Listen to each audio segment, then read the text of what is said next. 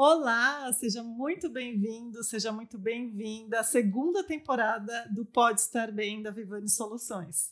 Hoje eu trago aqui um convidado muito querido por mim, pelo nosso time, que é o Fabiano Chiesi, psicólogo, empreendedor, com uma história fantástica aqui para compartilhar com a gente e que atua, claro, com a gente na Vivani também. Fabiano, muito bem-vindo. Obrigado. Que emoção estar com vocês aqui. É muito gostoso recebê-lo com a sua risada característica. Fabiano, queria que você primeiro se apresentasse, o Fabiano pelo Fabiano. Conta um pouquinho de você. Bem, eu sou um filho de uma dona de casa, com um pai jornaleiro, né? Que comecei a fazer psicologia aos 96 e diziam que eu era louco, porque naquela época a psicologia era para doido. E eu comecei, então o meu primeiro desafio foi encarar que a profissão não era só para pessoas loucas, né? Peraí, já vou fazer uma pausa. Eu lembro que quando eu te conheci, a gente atuava numa clínica, eu era responsável pela clínica, tinha muitos psicólogos. E realmente, a maioria dos psicólogos que entravam me contando, por que você escolheu ser psicólogo? Tinha uma história triste para contar. E você saía dessa curva totalmente. Eu falava, Fabiano, você é o primeiro psicólogo que eu conheço que não foi fazer psicologia para se entender, né? Não foi. Eu fui fazer porque era um chamado, né? Eu lembro que com 12 anos, eu vi a minha vizinha de frente entrou para fazer psicologia. E ela trouxe para mim um livro com um cérebro. E eu fiquei apaixonado por aquele cérebro. Porque tudo eu queria saber por que funcionar, por que tinha que acontecer. E aí, então, desde os 12, eu sabia o que eu queria fazer. Só que eu fui muito discriminado naquela época, né? Sim. E aí, tinha um preconceito, né? Tinha. Hoje inverteu. Hoje dá até status. Mas naquela época tinha muito preconceito. E aí, em 99... eu comecei o primeiro estágio meu, né, lá na cidade de Tiradentes, na Zona Leste, né, com crianças vítimas de abuso sexual, crianças de rua, drogadição e liberdade assistida. Sim. Aí eu comecei como estagiário, passei para instrutor, coordenador e assumi a direção da ONG inteira, né, no dia que eu me formei como psicólogo. Certo. E para poder dar continuidade na ONG, né, eu fui fazer curso de empreendedorismo, curso de liderança, né? E aí, de lá, eu abri um centro de ecoterapia. Sim. Né? Abri com R$300. Nossa, fez um milagre. E sempre o propósito era, né? Quanto mais eu fazia o bem, mais o bem voltava para mim. Então eu tinha certeza que a única forma de eu aprender era eu ensinando. E como eu tinha preguiça de ler, eu ensinava muito. Eu queria ensinar, porque assim eu sabia que eu ia aprendendo. E com isso, né, a gente chegou a mais ou menos aí 50 crianças na ONG. Eu tive 17 funcionários, né, colaboradores, né? E com isso montei o consultório, né? Lógico que antes minha vida cruzou com a sua, né? Você me deu a primeira oportunidade dentro da clínica, onde tive os primeiros pacientes da clínica. Aí eu fui atendendo, me desenvolvendo e montamos o consultório. Com isso, né, passaram-se 20 anos, a Eco funcionando, eu tive a minha segunda filha. E aí as duas começaram a me pegar muito no meu pé por causa de tempo. Aí eu doei a ecoterapia faz 1 ano e eu foquei no consultório. Hoje no consultório eu atendo mais ou menos 60 pessoas por semana, fora as pessoas que giram, né, para poder fazer uma consulta. São ex-pacientes meus que vão me consultar. Do tipo, tô com uma dúvida aqui, uma dúvida lá. E claro que a vida me levou para que eu também ajudasse as pessoas a montar suas empresas. Então as pessoas me procuram tanto para a questão de traumas da vida delas, né, como na questão de empreendimento. A terapia que eu desenvolvo, eu costumo falar que ela tem 3 fases. Certo. A primeira fase, que eu tiro a pessoa do trauma. Né? A segunda fase, que a gente faz uma psicoeducação, ensinando quais são os comportamentos e a importância das escolhas na vida, porque nós somos um produto das escolhas que nós fazemos. E a terceira fase, que eu mais gosto e talvez é a mais importante do processo, é ensinar a pessoa a ser feliz. Porque quando ela aprende a ser feliz, ela não volta mais para o consultório. Porque a felicidade vai te fazer escolhas na qual a sua paz está garantida. Então, toda boa escolha é uma escolha feita através da paz. e é na paz que a gente encontra a felicidade. E aí eu tive mais um convite, foi quando a vida cruzou com a Vivani, né? Que aí eu fui levado para o mundo corporativo. Certo. Porque era o único braço da psicologia que eu não tinha ainda atuado. Eu atuei na parte social, atuei na parte hospitalar, atuei na parte, né, clínica e na corporativa não, embora eu trabalhava já com empresários. Então, quando chegou o convite de entrar, né, para esse time maravilhoso, eu falei, nossa, é a oportunidade de eu chegar perto aos meus 50 voltando a ser estagiário. Então, eu me comporto perante todos como estagiário, né, para poder aprender. E, mais uma vez, aquilo que foi me ensinado, quanto mais eu ensinar, mais eu aprendo. Então, quando eu chego nos treinamentos, eu me dou por completo. Né? São 2 horas ali que eu fico inteiramente concentrado. E eu espero estar colaborando aí, com certeza, porque a experiência é fantástica. Eu queria até assim, que você falasse um pouquinho mais, assim, pela sua trajetória, como você disse, você teve a oportunidade de ser um empreendedor, né? Então você, como pessoa, teve os seus desafios ali para se desenvolver, mas também como empresário pessoal, né? Um líder de si, eu gosto de usar essa expressão, sim, né? Você teve outros tantos desafios. E isso aproximou vários dos seus clientes e os motivou a te procurar. Então, assim, no consultório, você acaba tratando muitas pessoas que são pessoas do mundo corporativo, né? Sim. E aí eu queria saber um pouquinho, que você falasse um pouquinho, o que mais você percebe que tem sido as dores, as angústias que as pessoas trazem para o seu consultório? Por eu ter sido muito excluído na minha escolha de profissão, lá atrás, né? Pelo incrível que pareça, eu pego empresários que precisam também de uma segunda chance. Então, quando eu ensino para eles que o fracasso não existe. Porque o fracasso só vai existir se você desistir. O que nós temos são erros durante o processo. E os erros são os melhores professores que nós podemos ter. Porque nós temos 2 tipos de dor. A dor do sofrimento, que é aquela dor que nós temos quando a gente passa na linha da sobrevivência, onde é faltado comida, faltado recursos, e essa dor faz nos paralisar perante a vida. E tem a dor do crescimento, que essa sim faz a gente evoluir e prosperar. Porque crescer dói, mas não tem que ser uma dor de sofrimento, uma dor de sobrevivência, é uma dor de evolução. Então, quando você entende que seus erros são seus melhores professores, não existe fracasso. O que existe né? Só vamos dar mais um passo. Uma oportunidade. E aí, passo até, em passo, que a gente vai evoluindo. Né? E quando eu consigo dar o acolhimento para a pessoa e tem um olhar onde ela vai se sentir importante, é o começo dela de se dar a sua própria chance. E uma frase que eu uso muito no consultório, né? O meu sucesso, ele só é medido pelo seu sucesso. Então, da minha parte, eu me dou o melhor. Da sua parte, você se dá o melhor. E os tombos serão os professores da nossa jornada juntos. Porque é isso que faz a gente crescer. A nossa capacidade de levantar, não a facilidade de ficar em pé. Eu vou fazer 2 comentários quando você bebe sua água, que me conectam aí com o que você está falando. O primeiro, que tem um psicanalista, e eu tô péssima de lembrar o nome, mas eu prometo que no final do podcast a gente sobe a indicação do livro dele até, que ele fala o seguinte, que as pessoas, em vez de buscar por uma vida feliz, elas deviam procurar uma vida interessante. Por quê? Porque tem muita conexão com isso que você está falando. A vida vai ter momentos de desafio e dor, mas é parte de um crescimento. Então depende da forma que você encara, que é isso que você está dizendo. E aí eu queria também fazer uma conexão com por que eu acredito, inclusive, e acho que você também, na importância de se levar esse tipo de discussão para o ambiente corporativo. Que é o seguinte, o ambiente corporativo é muito competitivo. As pessoas estão acostumadas com aquela característica de que o líder é o que sabe todas as respostas, o líder é um herói que usa uma capa e que vence, mostra o caminho e a direção. E aí não é permitido falhar.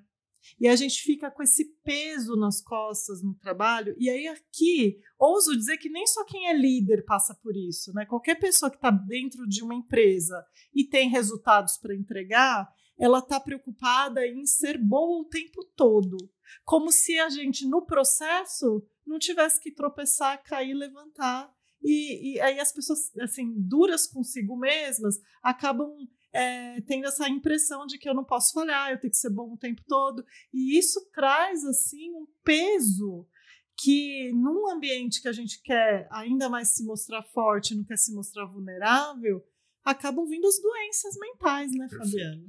Quando eu doei a ecoterapia, eu passei por um processo muito interessante. Por quê? Eu era o líder que tinha fundado a empresa. Sim. A empresa tinha 20 anos. Né? Eu não tenho noção de quantas pessoas passaram por mim lá. Né? E no processo de doar a empresa, foram-se 1 ano para doar. E quanto mais a pessoa nova que recebeu o cargo de nova líder foi assumindo, mais eu fui saindo do papel. E aí eu senti a primeira dor. Uhum. Todo líder é solitário. Porque ninguém me manda WhatsApp, ninguém me vê como é que eu tô. Porque as pessoas já têm a imagem que eu dei certo. Sim, mas tá ótimo. Tá ótimo. Nossa, Fabiano agora tá lá, tá bem. Uhum. E não é assim. Porque a gente tem que ter o sentimento de ser pertencente a algum lugar. Uhum. E quando eu perdi esse sentimento, foi onde eu percebi que ser líder é ser sozinho. Uhum. Né? Foi quando a Vivani chegou. E aí eu fiz parte de um outro time, aonde eu vou trabalhar com essa liderança. Então, quando eu vejo um líder, a primeira coisa que eu penso é como essa pessoa é sozinha. Uhum. Como essa pessoa tem que se provar todo dia. E para quem que essa pessoa vai compartilhar? Porque se ela compartilha para o seu time, o time enfraquece. Porque outra coisa que eu venho aprendendo é que o time é a cara do líder. Uhum. Então o líder tem que mostrar que ele está ali para isso. Uhum. E o time vai entrar na dele. Mas quem cuida dele? Uhum. Quem cuida do líder? Então, quando eu chego para dar uma vivência, eu acho legal lá, porque não é com vocês, que eu nunca sei com quem eu estou falando. Isso. Né? E eu acho perfeito, porque eu só vejo humanos. E como humanos, eu vou me conectar como humano. Uhum. Porque eu sei o quanto é doloroso a gente se sentir sozinho. Uhum. E aí, para você ver, né, como está conectado aí com o que a gente acredita e faz na Vivani, né? Que eu queria que você comentasse um pouquinho. Muitas vezes, ao entrar numa empresa, então a gente se depara com um grupo de liderança, né? A gente tem feito muito trabalho com as lideranças, no intuito de se vulnerabilizarem. Perfeito. Né? A gente tem trazido muito esse conceito. Como você sente que isso é recebido nos momentos que você chega, então, nesses grupos que para você são só pessoas, mas ali a gente sabe que estão aqueles altos crachás, né? E como é que eles recebem esse tipo de vivência, esse tipo de intervenção? Uma das coisas que está me ajudando é quando eu falo que eu me sinto estagiário. Aí todo mundo regala os olhos, porque não é que um cara que chega aqui como psicólogo, né? Fala que é estagiário. Né? Então eu acho que isso é um ponto positivo, né? Porque eu já não vou medir força com ninguém. Porque se eu sou estagiário, eu não estou medindo força. Né? E teve uma frase que eu falei em todos os treinamentos que eu fui, que eu percebi que essa frase mexeu com todos eles. Quando o meu eu entra em contato com o seu eu, é Deus. Porque Deus é a união de vários eus. E aí consigo me conectar com cada um. Né? E uma das 2 perguntas que mexeram muito comigo. A primeira é, como é que eu me sinto competente como líder? Né? E a segunda pergunta é, tô com medo que minha mãe morra. Porque são questões que não está acostumado no mundo corporativo. Isso prova que a pessoa se entregou, né? E que ela ficou vulnerável por um momento, mesmo perante de outros líderes. Sim. E que a reação começa em cascata, porque se você se abre, eu também posso me abrir. E aí os sentimentos vão aflorando. Como você disse, né? Tudo que a gente não consegue falar, tudo que a gente cala a nossa mente, o nosso corpo fala por ela. Então todas as dores que nós temos é fundo emocional. Né? Então, por exemplo, uma dor comum na liderança, né? Que é a dor no ciático. A dor no ciático é a ausência de si próprio. É quando você vive mais para o outro do que para si. Né? Tudo que a gente for conversar hoje, qualquer coisa, tudo tem que ter a palavrinha equilíbrio. Como essa água aqui. Se eu ficar 3 dias sem tomar água, eu vou morrer por falta de água. Se eu pegar e tomar 2,5 litros, 3, isso é saúde. Mas se vier muita água, eu também morro afogado. Então, qualquer coisa que a gente conversar, tem que ter a palavra equilíbrio. E o mais importante hoje é a gente aprender a primeiro se conectar com o nosso eu. Porque só um humano pode sentir o que o outro humano sente. E uma coisa que eu acho que também é interessante, né, que quando você chega para uma intervenção no ambiente corporativo, normalmente as reuniões que costumam ter na empresa, eles estão acostumados a trazer questões muito relacionadas ao trabalho, né, de produtividade, de resultados, etc. E aí, de repente, eles ganham ali uma oportunidade com uma pessoa qualificada, um especialista, um terapeuta, né, que acima de tudo, eu falo, você é um terapeuta ali, que não vai te julgar, que não vai, e vai inclusive favorecer para que aquele grupo crie uma conexão de confiança, né, porque você também faz isso na intervenção, de olha, pessoal, mas como a gente vai estar aqui, que acordo a gente vai fazer para todo mundo ficar à vontade nesse ambiente, e aí você percebe quanto aquelas pessoas, como você disse, né, que vêm com aquele peso e aquela solitude, de repente percebem que não estão sozinhos, né? Vou contar para você uma fofoca, só ficar só entre nós só todos. Entre nós, né? Tá. Aí eu cheguei para dar o treinamento, né? E uma sala grande, bonita, né? Aí eu sentei naquela sala, aí contei 7 pessoas. Eu falei, nossa, não veio ninguém, né? Aí o cara pegou e falou assim, sala aberta ou sala fechada? A sala aberta eu via toda a empresa. Empresa muito grande, bonita, organizada e tal. E a sala fechada, né? Privacidade. Aí eu fiquei observando. Aí alguém falou assim, vamos fazer a sala fechada. Aí ele fechou a sala. Aí eu cometi o ato falho. Eu falei, agora eu tô em casa. Aí o cara falou assim, por que agora você tá em casa? Regalou os olhos, assim, me intimou. Eu falei, porque agora eu não vejo a empresa. Agora eu só vejo você. Só a pessoa. E eu só tô vendo você. E é você que me interessa. Não é o que tá atrás de você. Nossa, arrepiou, hein? Aí eu fui descobrir que eu era o presidente da empresa. Nossa! E ele ficou à vontade? Ficou. Eu percebia que toda vez que tinha uma intervenção, ele me buscava com os olhos. Para poder até ser validado no que ele falava ou para me questionar. Porque o questionamento é muito importante que aconteça. Sim. Porque o mais importante não é a resposta que eu te dou. O mais importante é a capacidade de você me perguntar. Então o sucesso da nossa entrevista de hoje é as suas perguntas. Porque eu só respondo acima do que você me responde. Então quando eu tenho um líder que ele consegue fazer perguntas, isso também faz parte do meu papel, porque eu estou estimulando ele neurologicamente a ser cada vez mais um bom líder. Porque o bom líder está na sua capacidade de perguntar. Que legal. E você entende que isso, depois de um tipo de intervenção como essa, isso acaba sendo cascateado na empresa também? Porque daí ele teve essa experiência com você. Você acha que tende a cascatear para as equipes? A gente tem um negócio que a gente chama assim, né? Uma palavra bem dita, ela salva uma vida, e uma palavra mal dita mata uma vida. Então a gente não sabe que palavras bem ditas nós estamos falando naquele momento, e não temos ideia da onde essa palavra bem dita vai atingir. Mas uma certeza se é bem dito, vai dar coisa muito boa no final. Vai dar frutos. Muito bom.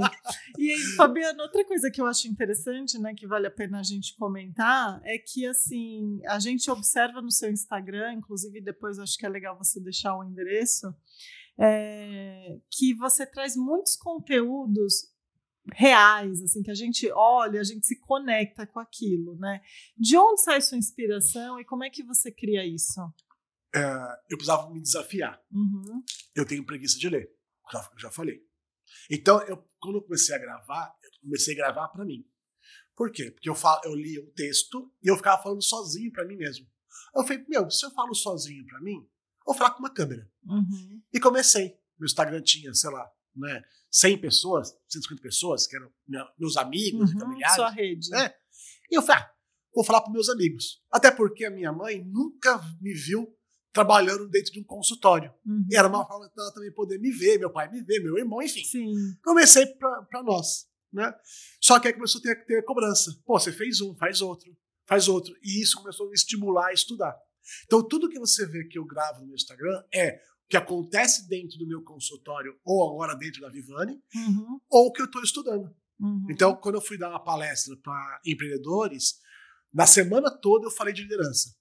Quando eu tô atendendo alguém, por exemplo, que tá com suicídio, que agora é o mês de suicídio, vai ter bastante conteúdo sobre suicídio. Então, sempre o meu Instagram é o conteúdo que eu estou estudando.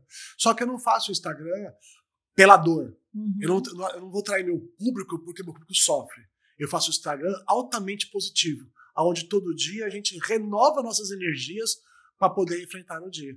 Porque um dos segredos da longevidade é a sua capacidade de se renovar. Sim. Então, quando você me convidou para trabalhar com vocês, e eu cheguei naquele mundo corporativo, a primeira coisa que eu pensei foi, ganhei mais 10 anos de vida.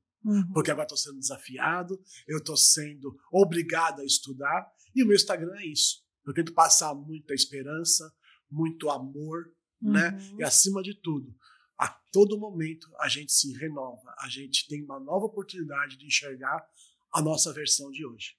E Fabiano, você falando isso me fez lembrar de uma das primeiras vezes que a gente falou sobre a possibilidade de você fazer o trabalho no corporativo, a potência que você enxergou, porque assim, o consultório também é um trabalho muito solitário. Sim. Né?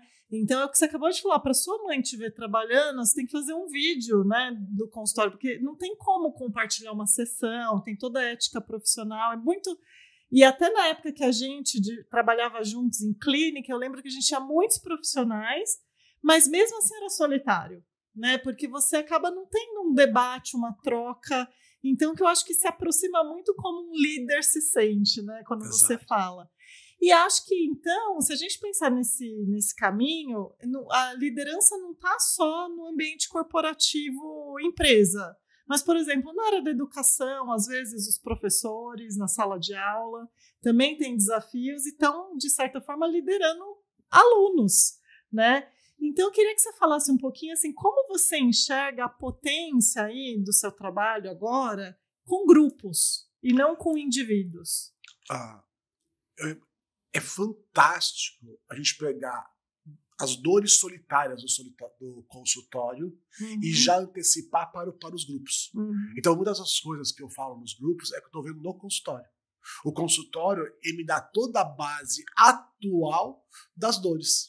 Como hoje, né? A gente, por exemplo, desaprendeu a ficar em tédio. Então a gente fica o tempo todo conectado a um celular, a um vídeo. Só que o tédio ajudava a gente a se autovigiar. Porque eu precisava entender que sentimentos eu estou tendo. O meu sentimento é a tradução do meu pensamento. E o meu pensamento, ele é validado pelo meu sentimento.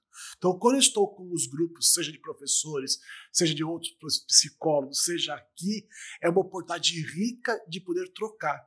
Porque no consultório eu me dou muito. E nos grupos eu acabo tendo muita troca. E todo líder que é líder, ele acaba sendo solitário, porque ele tem que representar o seu time. Mas quando o líder ele consegue entender que ele pode trocar com outro líder sem perder o lugar dele, porque mexe muito com ego, liderança mexe com ego, quando ele percebe que ele pode trocar sem perder o lugar dele, ele se abre. Né? Porque quando olha que coisa interessante no consultório, né? Novos ricos. O novo rico, ele passa por um trauma muito forte, porque ele não consegue mais conversar com seus amigos que não são mais ricos, que não eram ricos, e então ele não tem acesso ao mundo dos ricos, porque ele tem que ter cultura para entrar no mundo dos ricos. Então ele fica no espaço-tempo também sozinho. Então quando essa pessoa percebe que ele pode aprender, isso abre um portal gigantesco. Então eu acho que nossa potência é chegar nessas pessoas para falar, vamos trocar experiência, né? Me fala a sua dor. Por que você tem que sofrer para ser líder? Por que você não pode ser um líder porque você foi eleito como líder? Porque também não é um líder que fala que ele é bom. Quem fala que ele é bom é as pessoas que estão em volta dele. Então um líder também é eleito. Mas também não pode ser um líder super-herói. Aquele cara que só aparece quando está dando problema. O líder tem que ser constante. Um bom líder é aquele que vai abrindo o caminho para que seu time possa apenas jogar e ser campeão. E brilhar, né? Cada um com as suas características e tudo mais. Eu lembro que foi assim, vamos falar da parte financeira? Eu falei, não quero saber, eu vou entrar. Eu vou entrar porque o propósito, a magnitude do trabalho, né, agora nosso, pode falar, né? A magnitude desse trabalho abre tantos portais que a gente não tem ideia da onde nós podemos chegar. É verdade. E eu acho que tem bastante, né, do que você está falando aí. Você escuta as dores individuais no consultório e, às vezes, num grupo ali, as pessoas podem não ficar à vontade de falar, mas se identificam, né? E aí começa, conforme você vai estabelecendo a confiança daquele grupo, conseguir fazer trocas e compartilhamentos muito ricos, né? Porque nós temos que pensar em duas coisas hoje. A gente fala muito de saúde mental, né? Mas agora a empresa tem que dar um passo à frente. Ela tem que ter uma segurança psicológica. Sim. Então você tem toda uma segurança psicológica para que as pessoas possam ter saúde mental.